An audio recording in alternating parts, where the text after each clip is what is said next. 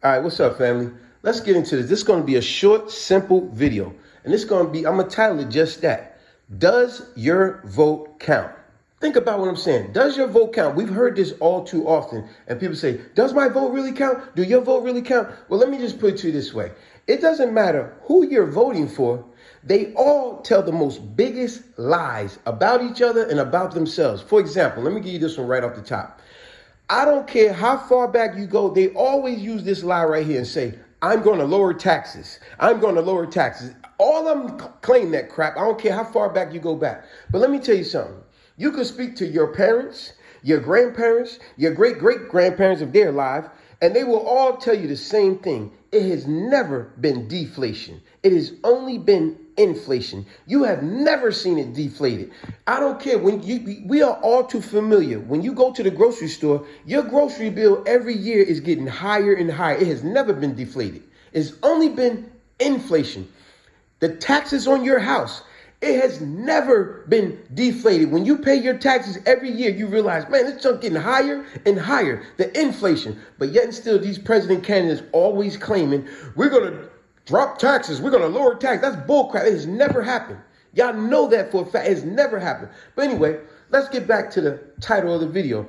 Does your vote count? Let's explain how this voting thing really happened. Because do you know when you're voting, you think your vote really counts, don't you? You really feel proud and uplifting when you go, I just voted for this person. But let me tell you how that vote works. You know, you got the electoral votes.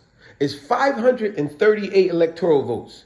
In order to win the presidency, the one who wins got to at least win 270, right? So this is how it really works. Let me put it in a way that people could really understand. Imagine you on a team, a football team, a debating team, a basketball team, hockey team, it don't matter. Imagine you on a team. Every team have a captain, right? This is how this stuff really works. Whenever, let's say you voting all for red, right? You voting all for red, right? So that means all 20 of you people voting for red, but the 21 person on your team is the captain. So all 20 of y'all voting for red. Y'all got to give all 20 of your votes to y'all captain. And y'all captain is the electoral's vote. Y'all captain got to, you voting for the captain to vote in y'all favor. So all 20 of y'all votes, y'all give to him. And now he votes red. Now he decides to say, oh, I'm going to vote red, which I want. Or he could just say, nah, I'm going to vote blue. So now think about what I just said.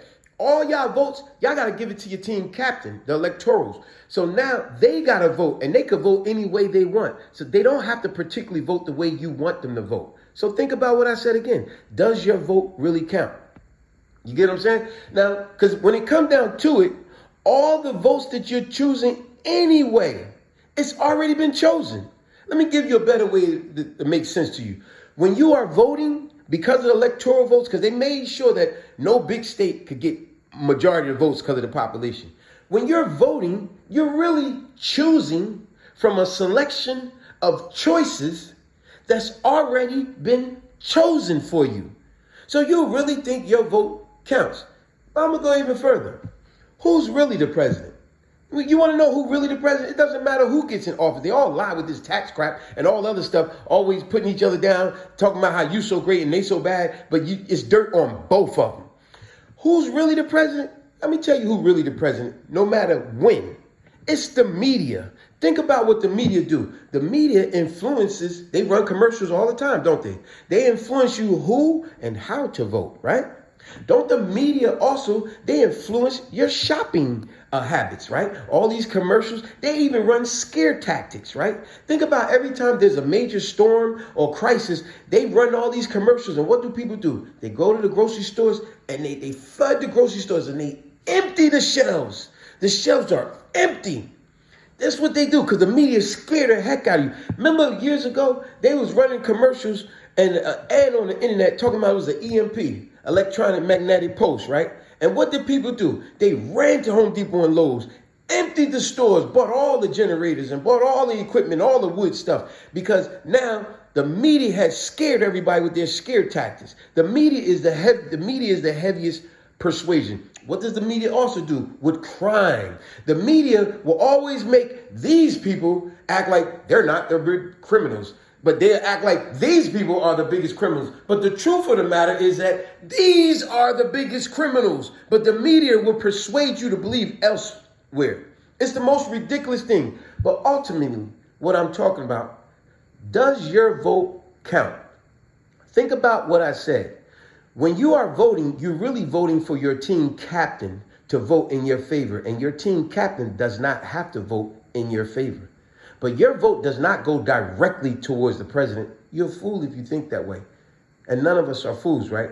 It's just some of us are unaware of what and how things really work. So that's how your vote really works. It goes to your team captain. And the electoral vote actually picks the president. Like they said, I think they said it's about only 5 times when this didn't happen for president.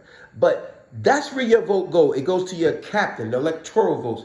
Your vote does not go directly to the president.